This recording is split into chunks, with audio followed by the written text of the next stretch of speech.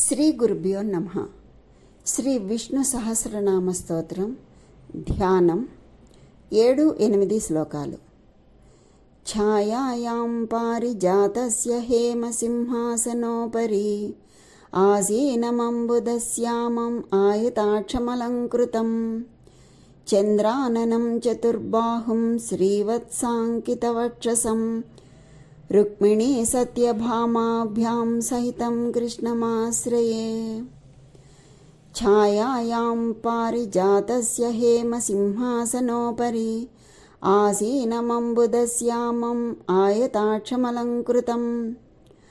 ఛాయాయాం పారిజాతస్య, పారిజాత వృక్షం నీడలో, హేమసింహాసనోపరి, బంగారు సింహాసనముపై ఆసీనుడైన నీలమేఘశ్యాముడు, ఆసీనమంబుదశ్యామం, ఆసీనుడైనటువంటి నీలమేఘశ్యాముడు, ఆయతాక్షం అలంకృతం, ఆయతాక్షం వెడల్పాటి కన్నులు కలిగినటువంటి వాడు, అలంకృతం చక్కగా అలంకరించుకున్నవాడు.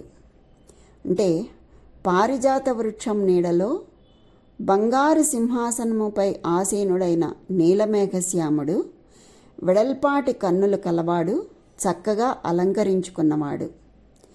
చంద్రాననం చతుర్బాహుం శ్రీవత్సాంకితవక్షసం రుక్మిణీ సత్యభామాభ్యాం సహితం కృష్ణమాశ్రయే. చంద్రాననం, చంద్రుని వంటి మోము కలిగినవాడు. చతుర్బాహుం, 4 చేతులు వాడు.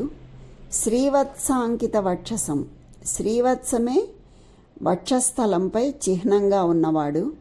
రుక్మిణీ సత్యభామాభ్యాం, రుక్మిణీ సత్యభామలతో కలిసి, సహితం కలిసి, కృష్ణమాశ్రయే ఉన్నటువంటి శ్రీకృష్ణుణ్ణి నేను ఆశ్రయిస్తున్నాను. అంటే చంద్రుని వంటి మోము కలిగినవాడు, 4 చేతులవాడు, శ్రీవత్సమే వక్షస్థలంపై చిహ్నంగా ఉన్నవాడు, రుక్మిణీ సత్యభామలతో కలిసి అలరారుతున్న శ్రీకృష్ణుణ్ణి నేను ఆశ్రయిస్తున్నాను అని. ఈ 2 శ్లోకాలకి కలిపి వస్తుంది ఈ అర్థం. పారిజాత వృక్ష నీడలో బంగారు సింహాసనముపై ఆసీనుడైన నీలమేఘశ్యాముడు, వెడల్పాటి కన్నులు కలిగినవాడు, చక్కగా అలంకరించుకున్నవాడు, చంద్రుని వంటి మోము కలవాడు, 4 చేతులవాడు, శ్రీవత్సమే వక్షస్థలంపై చిహ్నంగా ఉన్నవాడు, రుక్మిణీ సత్యభామలతో కలిసి అలరారుతున్న శ్రీకృష్ణుణ్ణి నేను ఆశ్రయిస్తున్నాను అని. ఈ 2 శ్లోకాలు మనకి సహస్రనామాలు మొదలయ్యే ముందు వస్తాయి. ఈ 2 శ్లోకాలు అంటే వీటి తర్వాత మనకి సహస్రనామాలు మొదలవుతాయి. అంటే నామాలు మొదలుపెట్టే ముందు తనకు ఈ ప్రేరణ, శక్తి, అవకాశం ఇచ్చినటువంటి కృష్ణుణ్ణి మనసారా తలుచుకున్నాడు భీష్ముడు. ధర్మరాజుకి ధర్మాన్ని వివరించింది భీష్ముడు, సహస్రనామాలు చెప్పింది భీష్ముడు.